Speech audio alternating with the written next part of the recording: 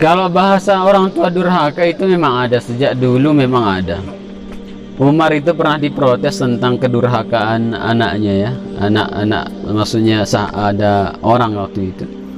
Kalau Umar bilang begini, sudah dikasih nama yang baik, enggak. Namanya siapa? Itu nama binatang dipakai ya. Kan biasa kan, kita sering jumpai nama jahiliyah itu nama-nama Asad gitu. Asad itu singa gitu. Kemudian yang lain-lain itu sudah dididik dengan didikan Islam yang baik. Belum. Apa kata Umar?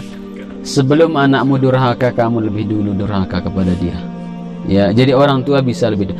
Kaitannya dengan pemberian, sekali lagi yang perlu kita pahami dengan pemberian, kalau dia masih hidup itu kan bukan waris namanya ya, tapi kemudian pemberian ya. Maka kalau pemberian itu ya secara hukum ya, sebenarnya orang tua itu harus berlaku adil. Wajib baginya berlaku adil. Karena Rasul itu pernah kemudian ya, ada sahabat, saya lupa nama sahabat ini, yang membagi tanahnya tidak sama kepada anak-anaknya. Rasul bilang, sudah saksikan dirimu sendiri, saya tidak mau bersaksi, kata Rasul ya. Ini kemudian dalil yang menunjukkan, kata para ulama, batal pemberian kalau tidak adil. Ada sampai yang menyebutkan itu. Tapi ada juga yang menyebutkan tidak ada masalah, karena itu haknya orang tua. Tetapi orang tua yang tidak berlaku adil itu menjadi pemicu berantakannya anak-anak, maksudnya menjadi pertengkaran dan sebagainya. Dia yang kemudian menanam bibit permusuhan. Maka orang tua hati-hati kaitannya yang demikian. Dosa tidak orang tua? Jelas dosa. Tapi tugas anak bagaimana? Tidak boleh durhaka gara-gara itu ya. Kalau orang tua kemudian urusannya dengan Allah SWT, ketidakadilannya itu urusannya dengan Allah. Anak tugasnya cuma berbakti saja. Kalau misalkan maling baru ya Honda ngempeng misalkan. Makanya sekali lagi, ada memang bahasa adil itu tidak harus sama. Anak TK dengan anak kuliahan tidak sama kebutuhannya ya.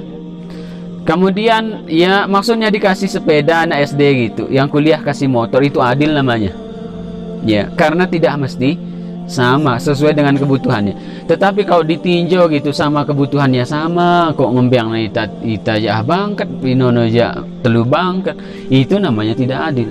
Dosa enggak? Dia berdosa. Tetapi jangan jadi sebab kemudian menjadi kita membenci mereka ya. Karena apa? Ya enggak ada, maksudnya peluang kita benci mereka itu enggak ada, walaupun satu lubang jarum itu enggak ada. Makanya ada seorang yang kemudian menggendong orang tuanya itu ya, dari Yaman sampai Mekah, sampai haji keliling itu, dia bilang kepada Umar, apakah saya sudah tunaikan kewajiban saya kepada orang tua saya? Umar bilang, walaupun satu helaian napas melahirkanmu, belum. Bayangkan ya, sekali lagi itu ya, kalau ketidakadilannya itu nanti urusannya dengan Allah. Kemudian anak yang baik bagaimana? Ya semoga Allah mengampunkan orang tuanya dari kehilafannya dari yang demikian. Jangan sampai kemudian gara-gara itu jemaah nadait ya doang dengan tua ini ya aku reda. Itu hati-hati, jangan ya, karena adanya kita itu menara ya, jangan tidak ada kita ya. Ya, jadi sekali lagi sebut dosa, jelas ada bahasa orang tua durhaka kepada anaknya. Tapi cuman tugas anak berikan yang terbaik apapun yang terjadi ya. Ya tanggembang, alhamdulillah tidak apa-apa ya.